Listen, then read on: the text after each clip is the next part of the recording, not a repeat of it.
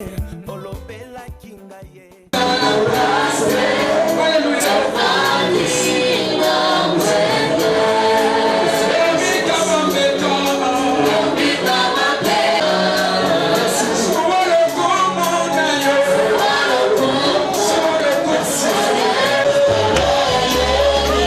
crois que dans ma première intervention, j'ai démontré ce que c'est le jour de l'Éternel. Le jour de l'Éternel, le jour du Seigneur n'est pas les 12 heures du jour de 6h à 18h.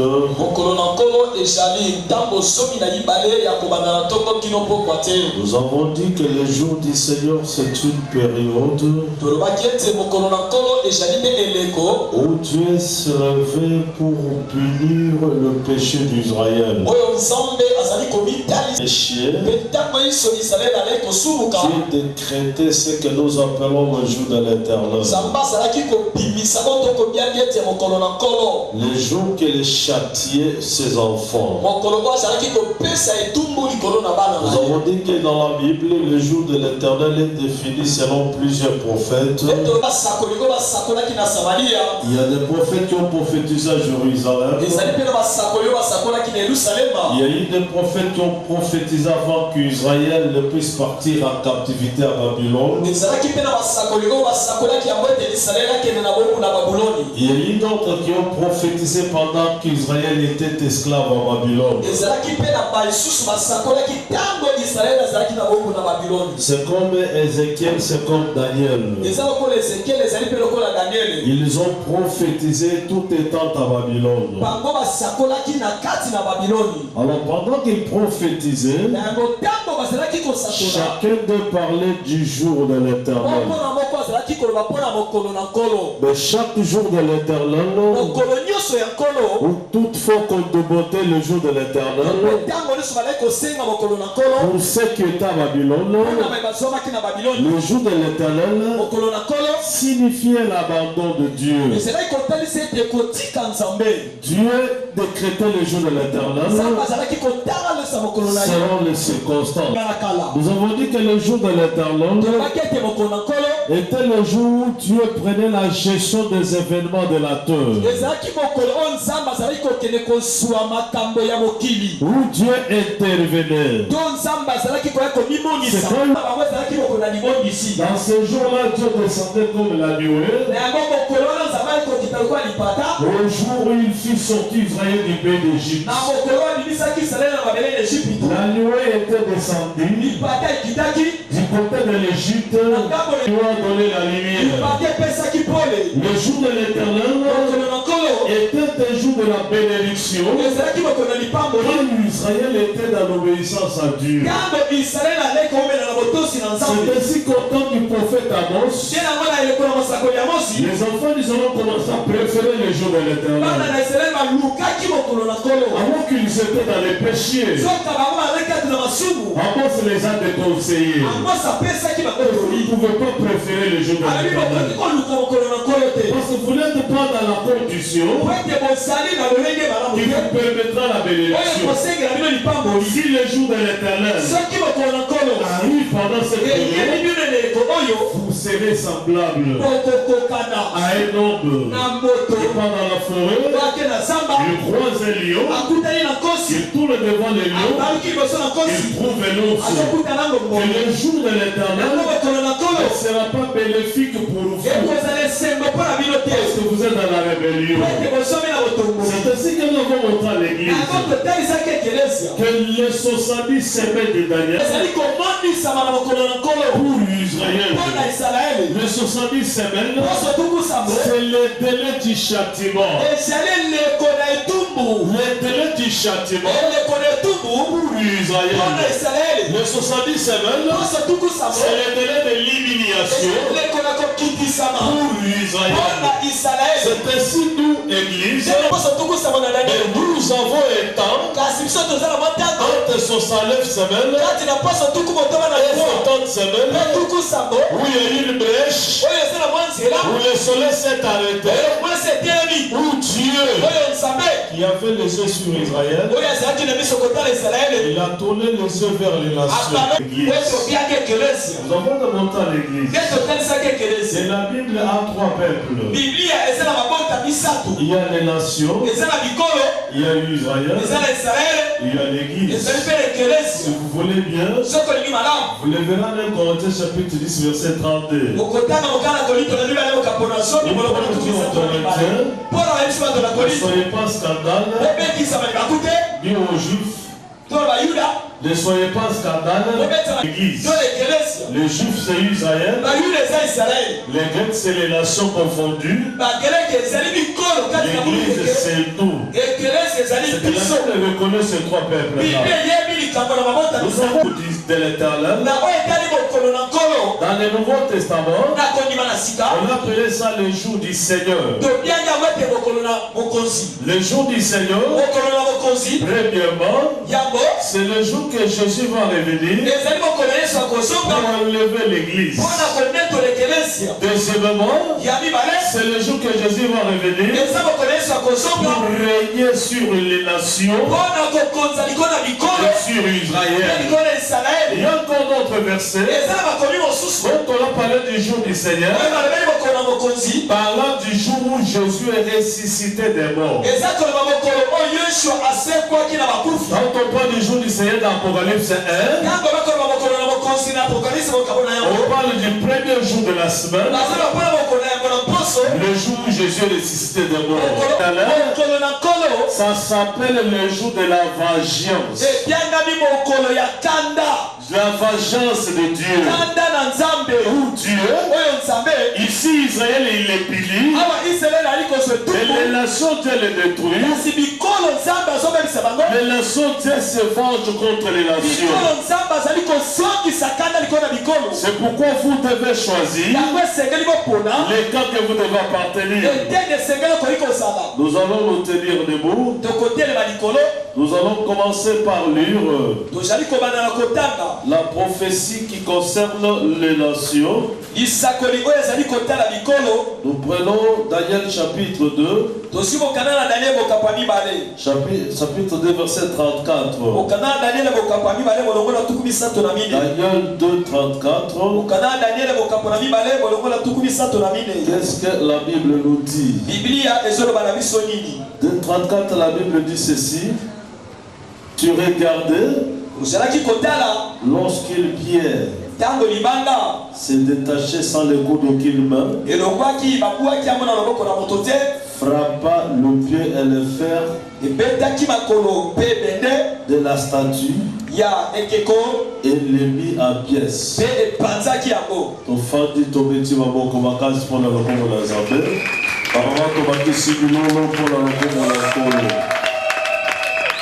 Nous ajoutons encore une lecture. Nous sommes dans le livre de Genèse, chapitre 15, verset 16. Ici c'est la prophétie qui concerne toujours les nations. La Bible dit ceci. À la 4e génération, ils reviendront ici, car l'iniquité des Amoréens n'est pas encore à son comble. Les Amoréens, ce sont les nations dans le langage prophétique. Leur iniquité doit monter jusqu'à son comble. Acclamons encore plus fort pour le Seigneur. Nous ajoutons encore Lévitique, chapitre 18. Lévitique 18. 22 jusqu'à 24. La Bible nous dit ceci. Lévitique 22, 18, 22. Tu ne coucheras pas avec un homme comme on couche avec une femme. C'est une abomination. Tu ne coucheras pas avec une bête pour le suivre avec elle. La femme ne s'approchera point d'une bête pour se prostituer. C'est une abomination. Vous ne vous suivrez pas aucune de ces choses. Toutes ces choses, car toutes ces choses que se sont souillées, les nations que je vais chasser devant vous. Acclamons encore plus fort pour la voix du Seigneur. Nous entrons dans la nouvelle alliance. Dans la nouvelle alliance, nous lisons Apocalypse, chapitre 6. Apocalypse 6. Nous allons lire le 15e verset jusqu'à même au 17e. Le roi des lateurs, le grand, les chefs militaires, le riche et les puissants, tous les esclaves et les hommes libres se cachèrent dans les cavernes et dans les rochers des montagnes. Ils disaient aux montagnes et aux rochers, tombez sur nous, cachez-nous devant la face de celui qui est assis sur le trône, devant la colère de l'agneau, car le grand jour de sa colère est fini, et qui peut subsister. Acclamons encore plus fort pour la voix du Seigneur. Gloire au Seigneur Jésus, notre Dieu. Gloire au Seigneur. Le jour de l'Éternel, en ce qui concerne les nations. Le jour de l'Éternel, en ce qui concerne les nations, c'était le jour de la vengeance. La vengeance comment? La vengeance pourquoi? Et comment Dieu va se venger? Les nations au temps d'Israël étaient considérées de tous les peuples incirconcis. Au temps d'Abraham, toute personne, toute nation, tous les peuples incirconcis, on l'appelait nation. Lorsque Israël a commencé à devenir un peuple, lorsque la religion d'Israël a commencé à se répandre, on a considéré nation tous les hommes qui n'honoraient pas les lois de Moïse. Lui-même les Samaritains, qui étaient leurs frères, étaient considérés comme des nations qu'ils appellent la circoncision. Ces nations ici vont pouvoir subir la colère de Dieu. Pourquoi? Parce que les nations ont commis ce que nous appelons l'iniquité. L'iniquité c'est quoi? L'iniquité vient du grec anomos. Anomos, ça voudrait dire quoi? Un acte contraire à la loi. Quand la loi de Dieu dit à gauche, l'homme qui commet anomos va à droite. Parce que nomos veut dire loi. Anomos c'est-à-dire un acte contraire à la loi. C'est ce qu'on appelait l'iniquité. L'iniquité se fait des actes contraires à la loi. C'est que les nations en dehors d'Israël ont commis l'iniquité. Comment était l'iniquité des nations? L'iniquité des nations, les nations pratiquaient l'homosexualité. Chez les Amoréens, parce que les Amoréens étaient le peuple stratégique de la terre de Canaan. Le peuple puissant à Canaan, c'était les Amoréens. Même le fils d'Anak, qui ont fait peur à Israël, descendait des Amoréens. Alors tous ces Amoréens-là commettaient des actes qu'on appelle l'iniquité. L'iniquité c'est quoi? Ils commettaient l'inceste. L'iniquité c'est quoi? Ils commettaient l'homosexualité. L'iniquité c'est quoi? Ils commettaient la bestialité. Donc bestialité, l'homme et la bête. L'homme et la bête. L'homme entre hommes. Femme entre femmes. Et il y avait de l'inceste. Il y avait l'adultère. Ces choses-là étaient des choses abominables aux yeux de Dieu. On appelait ça l'iniquité. Un acte contraire à la loi de Dieu. Dieu en créant les hommes, il a créé l'homme et la femme. Il a dit que l'homme quittera son père et sa mère. La femme quittera son père et sa mère. Ils s'attacheront. Ils deviendront une seule chair.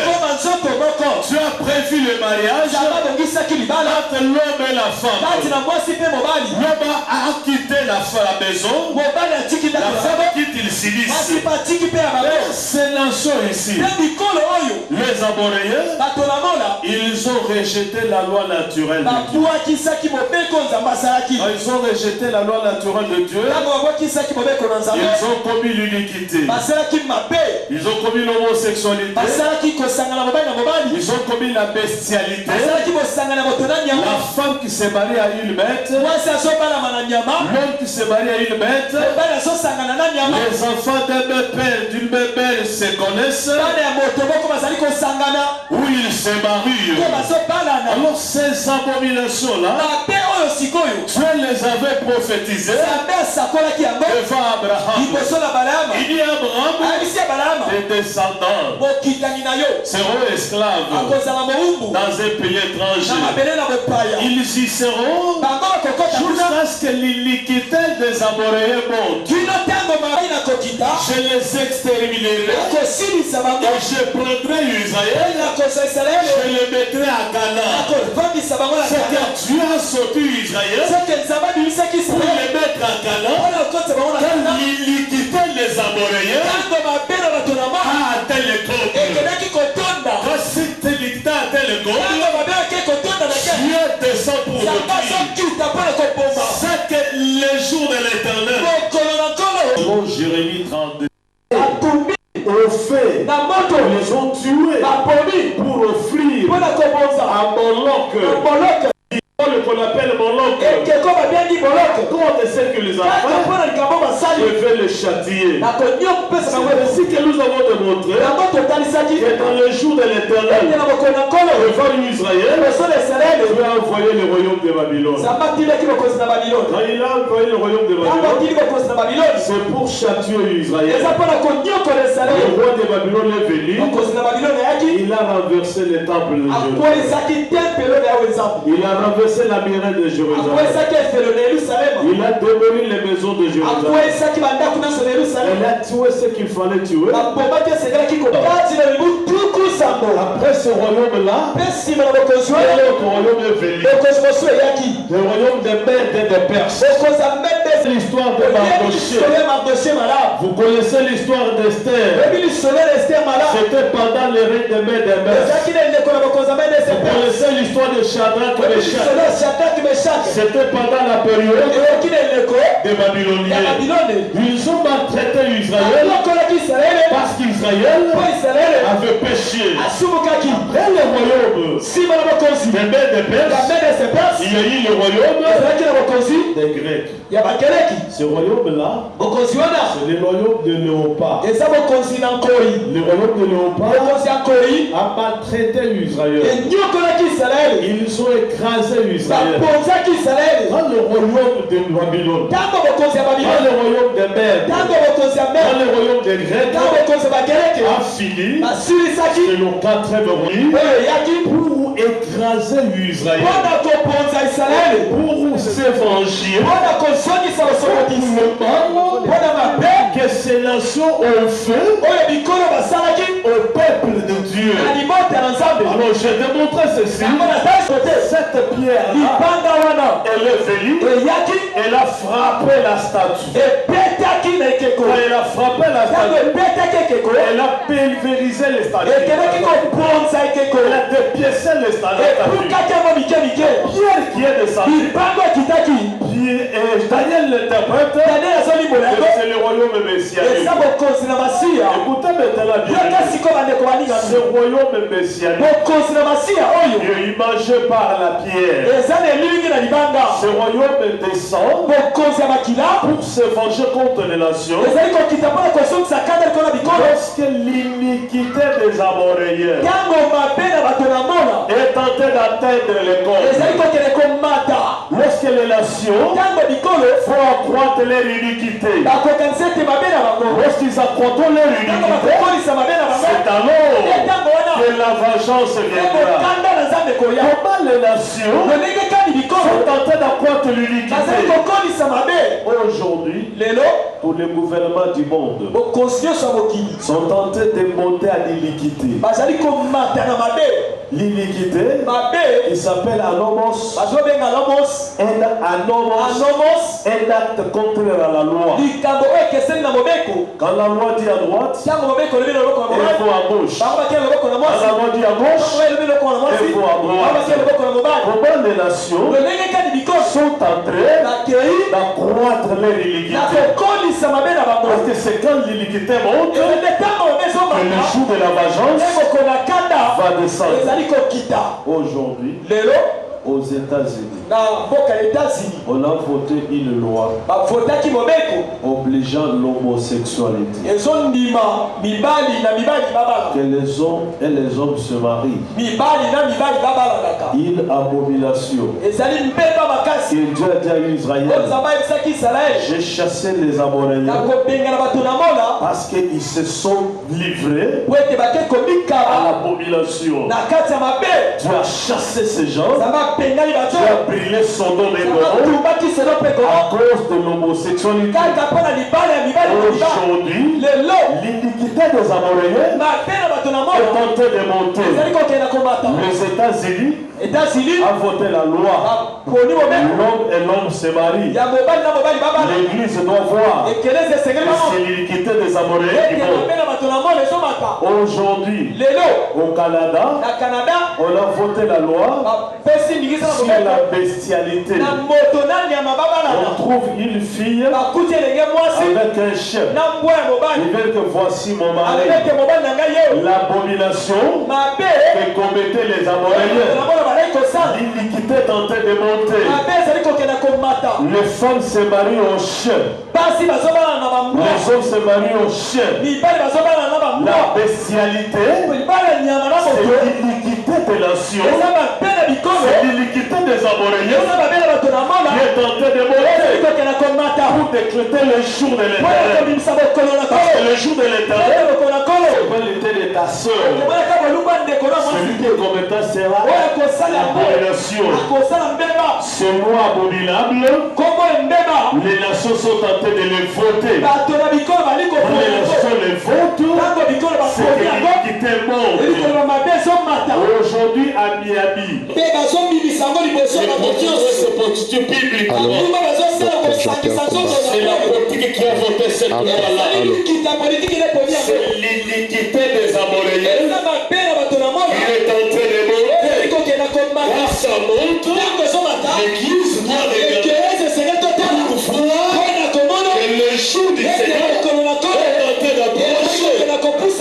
Aujourd'hui, en Espagne, on est en train de projeter des films pornographiques à l'école primaire. On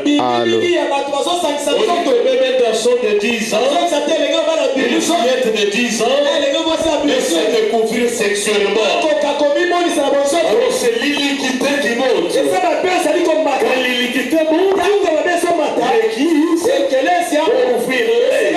Aujourd'hui, l'Afrique du Sud, on a voté une loi. Il n'y a pas une femme pour un homme. Il n'y a pas un homme pour une femme. Toutes les femmes sont pour tous les hommes. Tous les hommes sont pour toutes les femmes. Il n'y a pas d'adultère. C'est l'iniquité des Amoréens. Il est en train de monter. Aujourd'hui en Russie, on a voté une loi que personne ne prêche personne. Si tu es chrétien, sois chrétien. Laisse les musulmans tranquilles. Laisse les païens tranquilles. Si tu oses prêcher les catholiques, on t'arrête. C'est l'iniquité des Amoréens qui est en train de monter. Quand l'iniquité des Amoréens, c'est lorsque Dieu dit à Abraham, et tes descendants seront d'Égypte. J'attendrai jusqu'à ce que l'iniquité des Amoréens monte. Quand l'iniquité des Amoréens monte, c'est alors que je les chasserai pour prendre Israël et mettre à Canaan. Quand l'iniquité des Amoréens est en train de monter, ça monte pour provoquer le jour de l'Éternel. Le jour de l'Éternel, c'est le jour de la vengeance. Ce jour-là va venir avec la colère de l'agneau. Comment l'agneau va s'énerver? L'agneau s'énerve pour toutes les nations, parce que les nations ont fait la disgrâce. Le jour de l'Éternel dans l'Ancien Testament, c'est le jour du Seigneur dans la Nouvelle Alliance. Jésus-Christ, qui est agneau aujourd'hui, il sera lion. Quand il sera lion, c'est pour la vengeance. Parce que la prophétie d'Ésaïe dit que l'agneau avait des missions. Il avait une mission d'annoncer une année de grâce et un jour de vengeance. L'année de grâce, il annonce comme agneau. La Bible dit, lui qui avait la forme de Dieu, il s'était dépouillé. Quand nous entrons dans la révélation, nous croyons que l'agneau qui a 7 cornes, il avait ces cornes-là avant de venir sur la terre. Alors avant qu'il ne vienne, l'agneau avait pris les 7 cornes, il a laissé au ciel. Il est descendu comme une brebis muette, comme un agneau sans cornes. C'est pourquoi la Bible dit, il ne pouvait pas répondre. C'est ainsi qu'on l'a tué comme un agneau sans cornes. Parce que la corne, c'est l'humain de la puissance offensive. L'agneau avait laissé les 7 cornes. Quand Jean le revoit, il le voit armé de 7 cornes. Armé de 7 cornes, pourquoi? Pour se venger. Se venger contre qui? Contre tous les hommes qui ont fait la disgrâce. La disgrâce, c'est quoi? C'est le rejet de la grâce. La Bible dit Dieu a tant aimé le monde. Il a donné son fils unique. Afin que quiconque croit en lui ne périsse pour eux et qu'il ait la vie éternelle. Qu'il a présenté Jésus, le don de la grâce. Les gens ont refusé de recevoir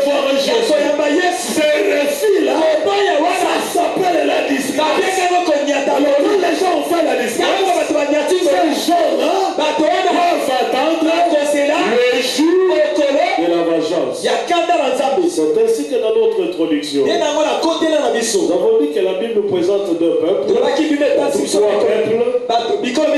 Israël, les nations et l'Église.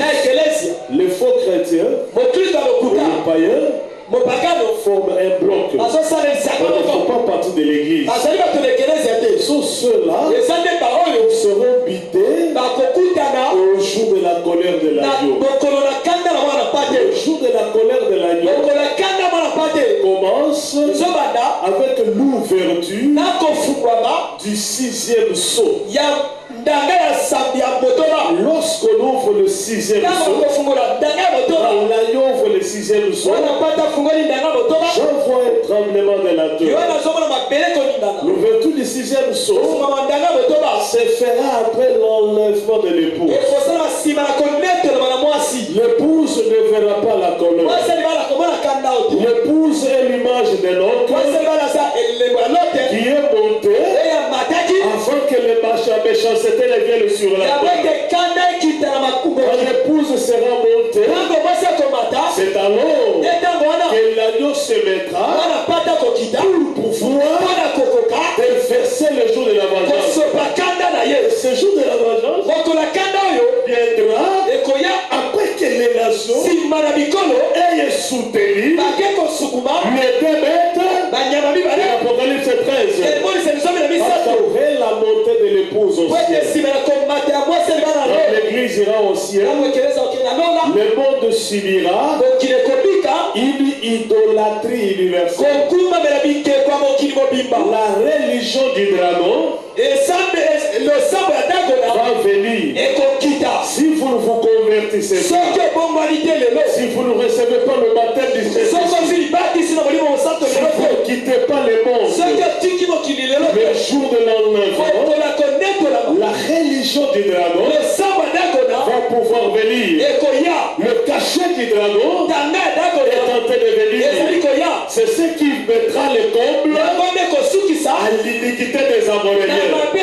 Parce que les autres qui sont sur la terre seront poussés à adorer les dragons, à recevoir la marque de la dragon. La marque des dragons, c'est 666. Et les gens vont recevoir. C'est l'événement prophétique qui va combler l'iniquité des dragons. Quand cet événement se fera, l'épouse sera dans la gloire. L'épouse sera au ciel. C'est ce que Zéya prophétisé. Il vient mon épouse. Cache-toi dans les fentes du rocher jusqu'à ce que la colère vienne. C'est ce cantique de cantique a dit. Sois comme la gazelle. Fuis ma fessée. Viens. Le temps de chanter est arrivé. Quand l'épouse va aller, alors le monde va subir des choses terribles. C'est ainsi que le dragon va imposer une religion. Quelle religion? L'idolâtrie. L'idolâtrie est le péché en Israël où il n'y avait pas de sacrifice pour l'expiation. Et l'idolâtre, sa sanction, c'était la lapidation. Et les hommes aujourd'hui qui sont dans l'occultisme, qui sont dans le fétichisme, qui sont dans la sorcellerie, qui pratiquent. Aujourd'hui, l'idolâtrie est facultative. Après l'enlèvement de l'épouse, ça sera obligatoire. Alors c'est ces péchés-là, l'idolâtrie universelle, qui sera imposée par la bête qui monte de la mer.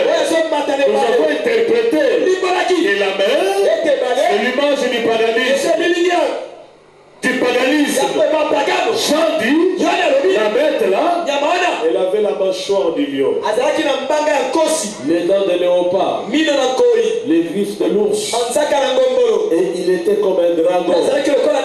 Exactement les 4 bêtes comble l'iniquité des Amoréens. L'iniquité des Amoréens va attendre son comble. Elle est tentée par se manifester par le gouvernement du monde. Il faute des lois abominables. Ces choses-là doivent nous exciter à la sanctification, à la crainte de Dieu, de reconnaître que Jésus est en train de venir. Écoutez bien, aimé. C'est ainsi que la Bible dit à l'ouverture du 7e psaume. Lorsqu'on ouvre le 7e psaume, il y a eu un silence. Le silence dans la prophétie interprète la colère de Dieu. Lorsque Dieu s'énerve, Dieu s'était. Prenons cela avec Ézéchiel. Le prophète en Israël était la bouche de Dieu. Dieu dit à Ézéchiel, je prendrai ta langue, je la collerai dans ton palais pour que tu sois muet, que tu ne parles pas ce père, afin que ma colère tombe sur elle. Quand le prophète est en colère, quand Dieu aime le peuple, Dieu parle. Quand Dieu s'était, Dieu est en colère. Lorsqu'on ouvrit le 7e psaume, il y a eu un silence au ciel. Or au ciel, il y a le bruit. Quel bruit? Le bruit du sang de Christ qui crie et qui réclame la miséricorde. Lorsqu'il y a eu silence, c'est que ce sang cessait de crier. Quand ce sang cesse de crier, c'est que Dieu veut maintenant châtier. C'est ainsi que le jour du Seigneur va commencer par ce silence. C'est dans ce silence-là que j'envoie 7 anges qui apparaissent ayant 7 trompettes. Ces trompettes-là ne sont pas les trompettes de la parole comme Branham dit au chant. Dans l'Ancien Testament, il y avait 3 formes de trompettes. Il y avait la trompette que fêtaient les prophètes. C'était pour annoncer l'insi dit le Seigneur. La deuxième trompette, c'est la trompette que sonnaient les sacrificateurs. C'était pour annoncer les fêtes de l'Éternel. La troisième, la trompette royale. Dans le mot sonné de la trompette, c'était pas pour l'insi dit le Seigneur. C'était pas pour la fête de l'Éternel. C'est pour annoncer la guerre. Les trompettes de l'Apocalypse 8 sont les trompettes de guerre. Les trompettes de la vengeance contre les peuples, contre les nations. Quelles nations qui ont foulé au pied la grâce, qui n'ont pas réussi Jésus. Ce jour-là est en train de venir. Pour nous épouses, nous attendons la trompette sans éclat. Parce que Dieu a dit à Moïse, tu feras des trompettes d'argent. Quand vous sonnerez la trompette sans éclat, c'est pour convoquer les princes. Convoquer les princes. Les princes étaient convoqués par une trompette sans éclat. C'est cette trompette-là qui est la trompette des Thessaloniciens. Quand cette trompette sonnera, les morts en Christ ressusciteront et nous monterons à la rencontre du Seigneur dans les heures. Voilà en ce qui concerne les jours de l'Éternel pour les nations. Dieu décrétera ces jours-là premièrement par les 7 trompettes, deuxièmement par les 7 coupes et par les 7 tonneurs. C'est comme les branhamistes disent que les tonnerres sont notre parole. Les tonnerres sont sortis dans le rugissement du lion. Or, dans le rugissement du lion, c'est dans la colère du lion. Et vous verrez que l'ange vient de sortir avec le rugissement. Il a posé son pied droit sur la mer, son pied gauche sur la terre. Il avait un petit livre ouvert. Quand Jean avalait ce livre, il était doux comme les miel. Il était dans les entrailles. Quand on consulte Ézéchiel, Ézéchiel va avaler aussi ce petit livre. Quand nous lisons ce avait des plaintes, des lamentations et des craintes. Alors l'ange qui descend, à l'Apocalypse 10, il pose son pied sur la mer les païens, sur la terre les faux chrétiens. Pendant sa descente, l'église est au ciel. Il a dit Amen. Il a dit encore Amen. Il a dit encore Amen. Écoutez encore bien les lorsque les 7 tonneurs descendent, nous consultons 1 Samuel 10. 1 Samuel 10 dit quoi?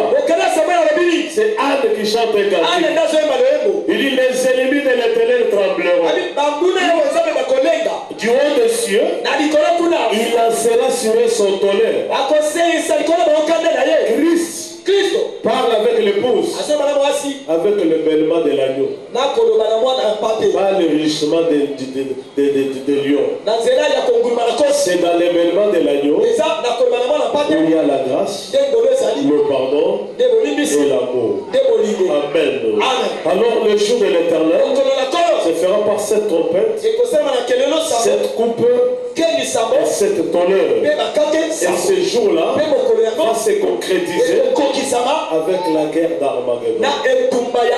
C'est la guerre d'Armageddon qui est justement la pierre et Daniel a vu. Une pierre qui s'est détachée sans le secours de Christ. La terre a frappé la statue qui était l'image de la zone, l'image des Amoréens. La pierre a pulvérisé la statue. La pierre s'est posée et c'est devenu un royaume. L'homme de Dieu est déjà là. Nous devons lui laisser le temps. Voici ce que vous devez regarder au sujet du jour de l'Éternel devant les nations. Pour ce soir, que Dieu vous bénisse.